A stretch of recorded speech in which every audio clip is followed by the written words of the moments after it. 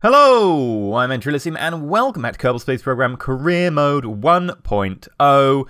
We have a weird gap there because the little fairing stage between the decoupler and the heat shield just disappears on load. It's a little bug in 1.02, but whatever. Anyway, we want to land on the moon. So I'm thinking we're going to end up landing probably in the crater there, the one that's got like a trench on the side. Now the reason we're doing that is because it's currently on the light side. It's, you know, in sunlight, it gets us power from the solar panels. We do have alkaline fuel cells, but unfortunately they don't run forever, and I'd rather not end up using up some of our oxygen supply to make them work. So I think what we'll do is we'll just land slap bang in that crater. We can then maybe explore the trench biome, we can explore the outside of crater biome, in addition to the crater biome, and maybe, you know, any others that are nearby. So we're going to try and land there. So, by the way, sorry for not having a video for a little while. I took a couple of days off, and then I was ill for like a week. So, getting back into it now. Nicely going to try and land this puppy. So we're doing our little burn. And I'm having a little bit of trouble, actually, controlling the spacecraft. You notice it's kind of wobbling, and I'm trying to compensate. But it seems that the center of mass isn't directly over the center of thrust. And it seems to have shifted, and it's getting worse as I burn more fuel. Yeah, no, we're not going to be able to land this. We are so not going to be able to land this. Yeah, I think we should abort. Yeah, I think we really need to abort, and, I don't know. We need to go back to space. Okay, we need to go back to space. Currently, we're on a kind of a collision course with the moon, and there is no way we can land this.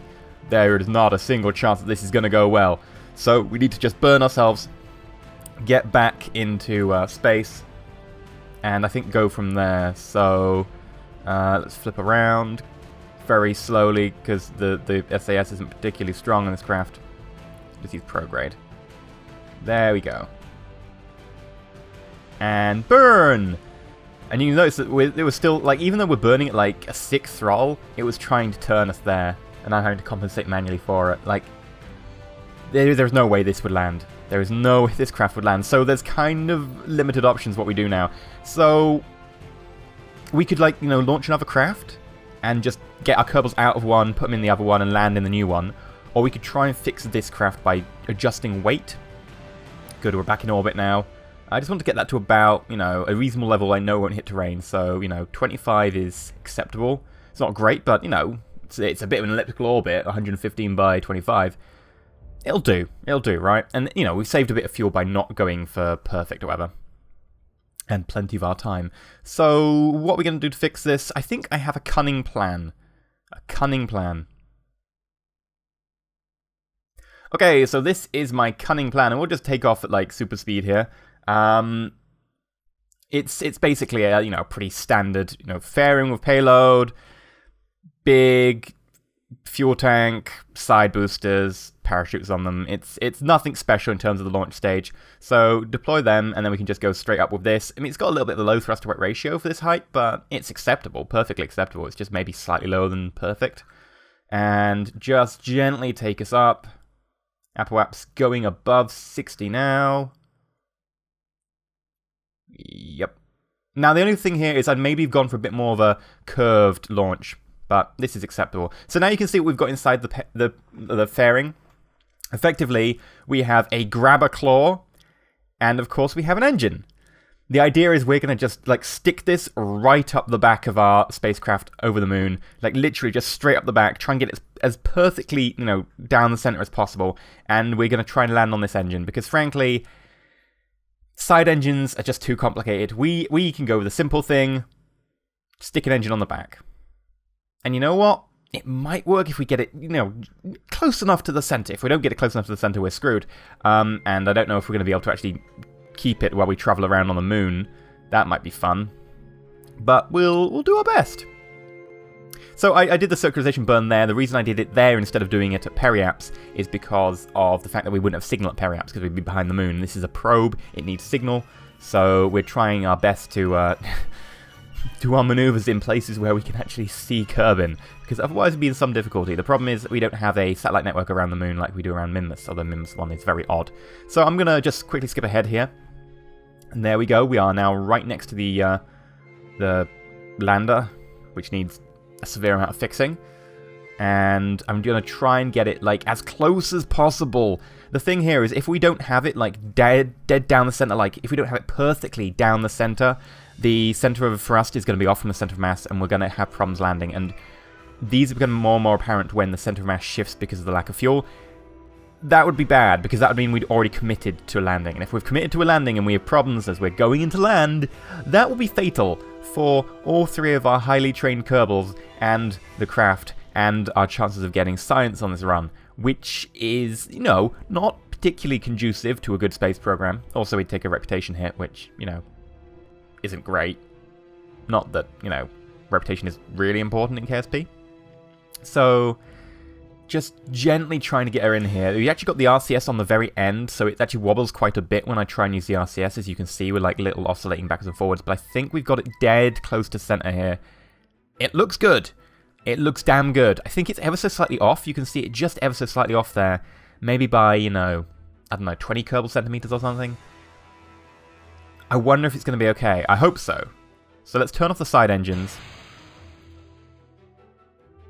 And... ooh, there we go. Just... come on. There we go. I'm going to try and land effectively like you would a normal rocket, and then at the very last minute, flip forwards onto our rover wheels. At least that's the theory. So I'm going to pack the solar panels in on the front end. The reason I'm doing this is because we've got solar panels on the back end, and I don't want the front ones to get destroyed as we like land, if we land weirdly or something. So I'm perfectly happy to have one of the back solar panels, because it'll be facing downwards, get destroyed. And then we've always got the front ones that we can like deploy, if we need to. Like, you know, having spares is probably a fairly safe bet. So let us point retrograde, and we're going to try and land effectively in the same place again.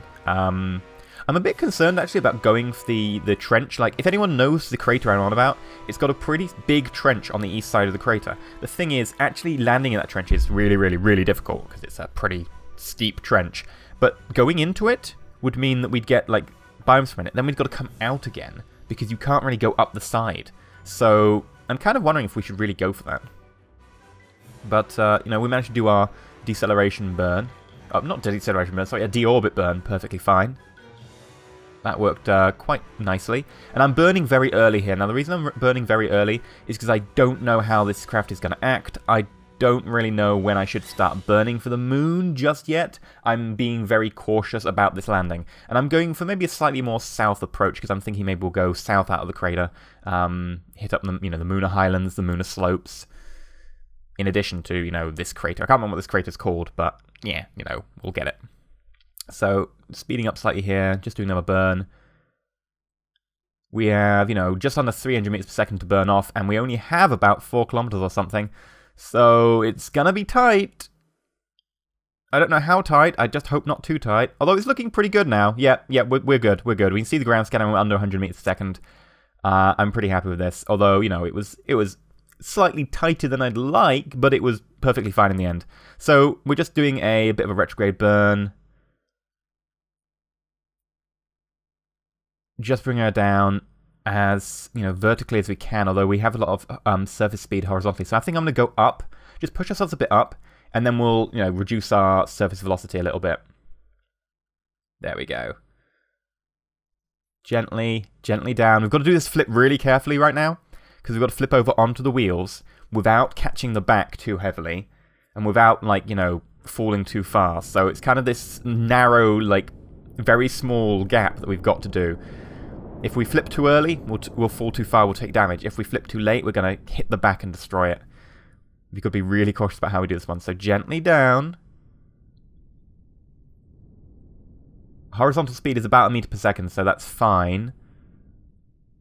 Gently. You can see the shadow. Come on, Collider Kerman, you can pilot. I know you're... come on. Oh, bounce, bounce, bounce, bounce, bounce. Forwards. Bounce again.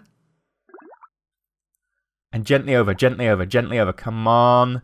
Not too heavily. This looks pretty heavy. Not too heavy, not too heavy. Ooh. I feel like a bug with this sort of like really large like abdomen at the back. Don't. Ooh, ooh, ooh. Ooh. We're good, we're good. Let's put the brakes on.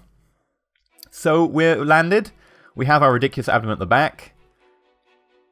But we're down. I think what we'll do is we'll get rid of that back section, because we actually have another engine. You can see the decoupler is actually hiding another engine under there. But if we pump the fuel, we're using a TAC fuel balancer for this.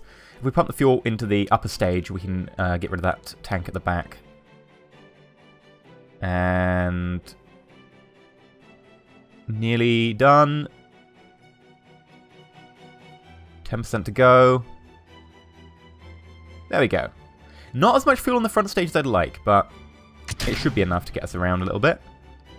And that's some debris that we'll just be leaving on the moon forevermore, littering through space. It's what we do.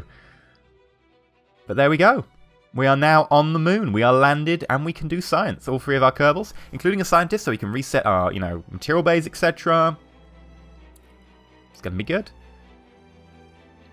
So let's start doing the science. We've got so much science to do. Atmospheric, crew report. Not EVA report just yet. I think we'll do the, material study, mystery goo, etc. first. So material study, mystery goo, seismic, and temperature. Bam. And there's some really good science in there. So, if we hit up maybe, 3 or 4 biomes, we'll have a real haul when we get back. We will have a lot of stuff to do. So we're going to get our EVA report. Nice. And surface sample. Really nice. That's a nice amount of science. I'm digging that amount of science. Just going to say. Oh yeah, that's good. So we'll grab that. And then we're just going to reset all the bays. So, don't fall down the side. No, don't fall down. No, we're falling. RCS.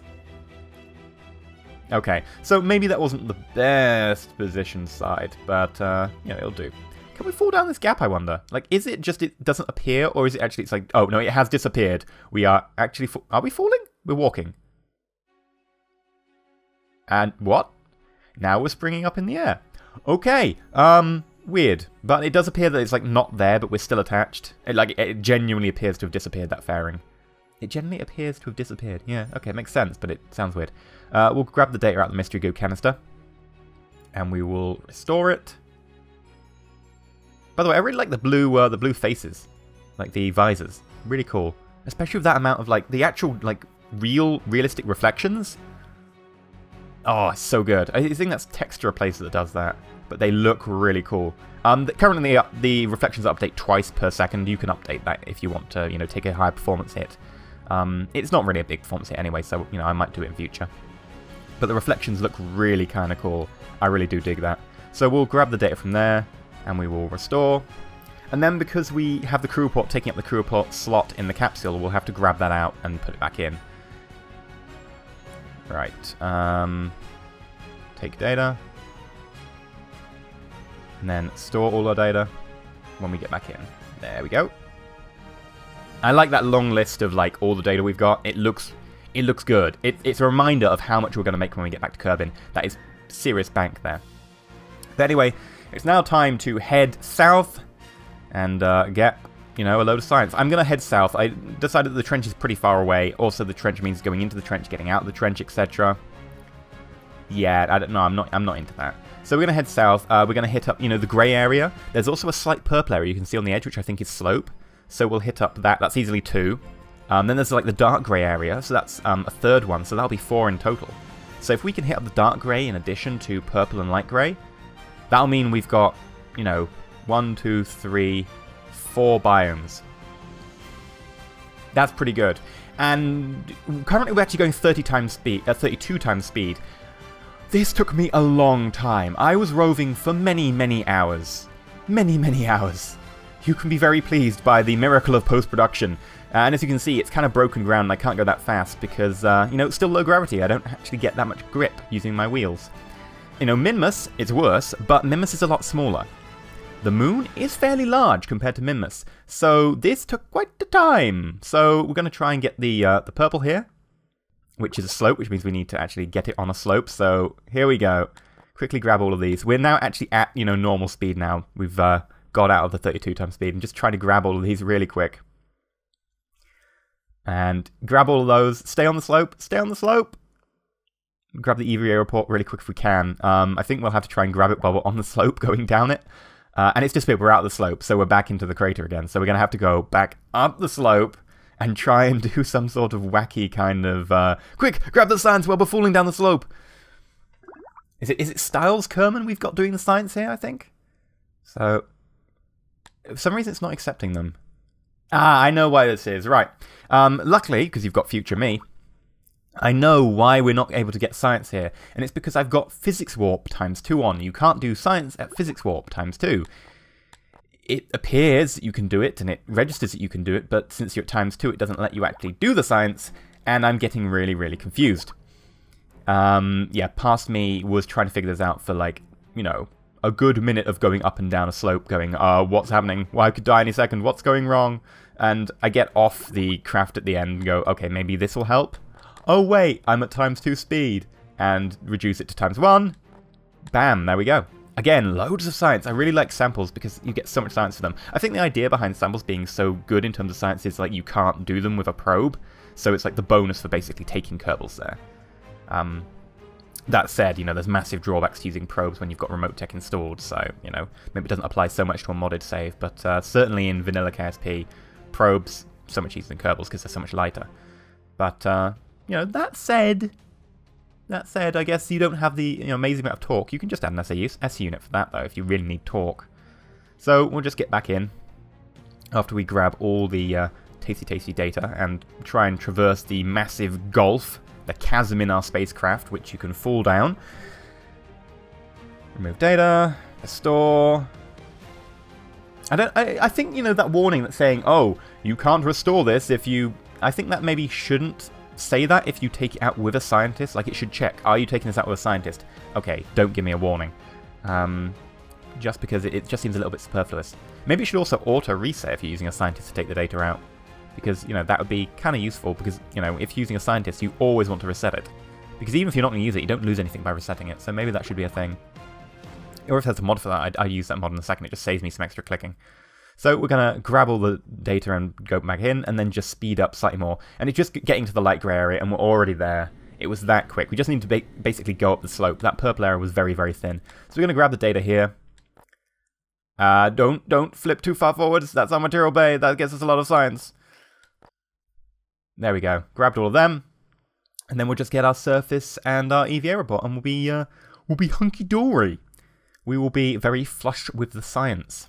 But there is one problem that I'm kind of looking at here. And the thing is, you know our rover wheels, I said, you know, when I initially put the craft together, they have motors. They do appear to have motors, but they just don't seem to provide very much traction or anywhere near enough traction to go up slopes on the moon.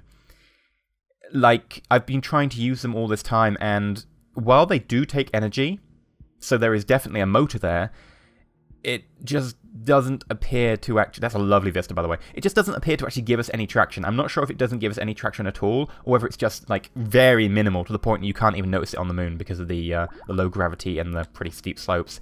The motors seem to be pointless. So the way I've been getting around is by using the engine. And now we're down to less than 400 delta V. We are not going to be able to get back to orbit with 400 delta V. In fact, we might not be able to get very far with 400 delta V. There might be some severe problems with doing that. So we're going to need to refuel on the surface of the moon. So we haven't done any refueling. I don't think we've done any refueling so far. I mean, other than that stage that we clamped on the back of this craft. So I'm a little bit concerned. But, you know, we can try it. But we're certainly going to need extra fuel if we're to get anywhere. So we'll collect the data from there. Now, the one thing I'm concerned about, by the way, and I'm not going to the darker area straight away, is if we don't like land the fueling tanker close enough, we're going to need to go on quite a trek to get to it.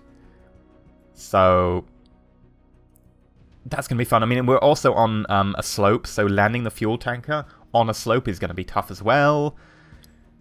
There's a lot of problems involved with refueling on the moon. The moon is very bumpy. That's why I really don't recommend the moon as a first-time place to go. Minmus. Everyone should go to Minmus first of all. The moon, much harder to land on the Minmus. In fact, the moon is actually harder than a lot of places in the solar system. The moon is definitely not my port of call for, you know, first landing outside of Kerbin. But, you know, you do what you have to. We're going to have to land a fuel tanker somewhere near us. It's very slopey terrain. And hopefully get to it and refuel, but that'll be... I think that's going to have to be next episode. Ooh, this is going to be tough. I'm also going to have to install Kerbal Attachment System. We'll probably do the fueling using that, and there's a whole load of new stuff with that has gone on that's been updated. But anyway, I've been EnterElysium. Hopefully enjoyed today's episode. Mainly a lot of roving around and a quick fix Bodge thing. It's actually still attached, which I'm kind of surprised about. But if you've liked today's episode, please leave a like. If you're not subscribed, please consider subscribing. Sorry for the small gap there between episodes. My apologies. But hopefully we're back to a normal schedule now. I've been EnterElysium. I love you awesome nerds, and stay shiny.